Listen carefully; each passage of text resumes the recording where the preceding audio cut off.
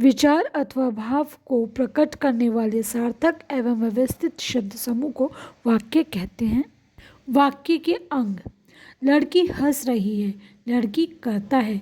जिसके बारे में कुछ कहा जाता है वही उद्देश्य है वाक्य के अंदर।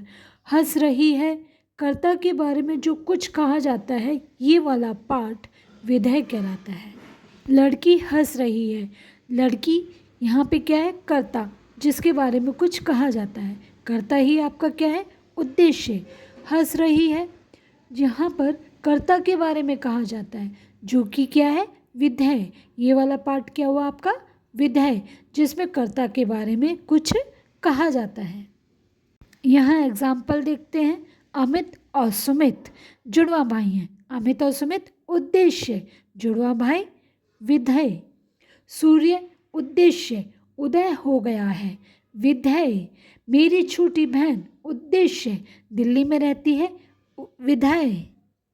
उद्देश्य का विस्तार। यहाँ उद्देश्य क्या है? लड़की। एक लड़की, एक छोटी सी लड़की, गोल मटोल एक छोटी सी लड़की। उद्देश्य का विस्तार। यहाँ हमने क्या सीखा? सबसे पहले उद्देश्य पहचानो। उद्देश्य ही क्या है? आपका कर्ता, और उसको विस्तार करो। यहाँ देखिए विधेय का विस्तार। हंस रही है, विधेय। विस्तार करेंगे। खिलखिलाकर हंस रही है, अकेली खिलखिलाकर हंस रही है, अकेली खिलखिलाकर हंसती ही जा रही है। बहुत ही आसान है। विधेय पहचानिए और विधेय को विस्तार करिए।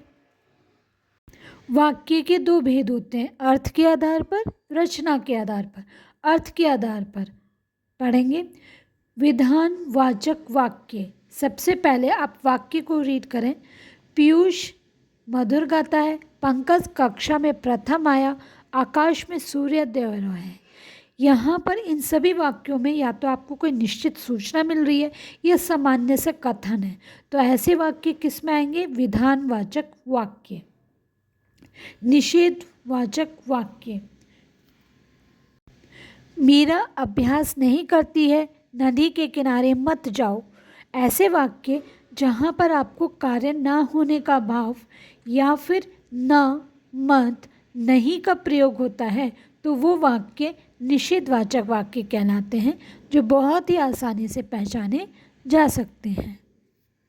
नकारात्मक वाक्य। ना ही मैंने उससे कुछ पूछा, ना ही उसने मुझसे कुछ पूछा, तो ना आ गया ना नकारात्मक वाक्य। चलिए आगे देखते हैं। प्रश्नवाचक वाक्य।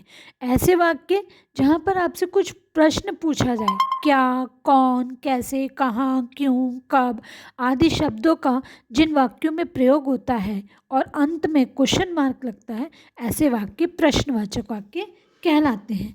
तुम क्या पढ़ रहे हो? कल आप कहाँ गए थे? प्रश्नवाचक वाक्य। नेक्स्ट, आज्ञावाचक वाक्य। आज्ञा, निर्देश, अनुमति लेने या देने का भाव जिस वाक्य में आपको दिखाई देता है, वो आज्ञावाचक वाक्य कहलाते हैं। आप चुप बैठिए, कृपया शांति बनाए रखें, शाम तक अवश्य पहुंच जाना, सभी छात्र कक्षा में ध्यानपूर्वक सुनें। आज्ञावाचक वाक्य। इच्छावाचक वाक्य, जैसे कि नाम से ही पता है, जहाँ पे आप इच्छा या आशा करते हैं या आशीर्वाद की भावना जहाँ नज़र आती है, वो इच्छावाचक वाक्य होते हैं।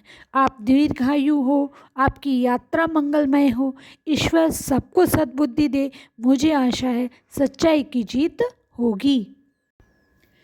इच्छावाचक वाक्य। चलिए नेक्स्ट, विस्मयवाचक वाक्य।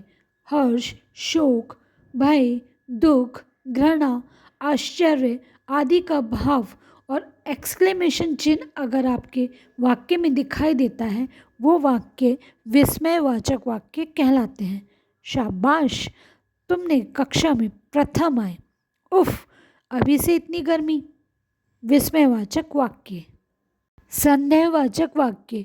कार्य के होने में संदेह या संभावना का बोध होता है, ऐसे वाक्य संदेहवाचक वाक्य कहलाते हैं। संभवतः आज वर्षा होगी, शायद ही वह आए। संकेतवाचक वाक्य। एक क्रिया दूसरी क्रिया पर निर्भर हो।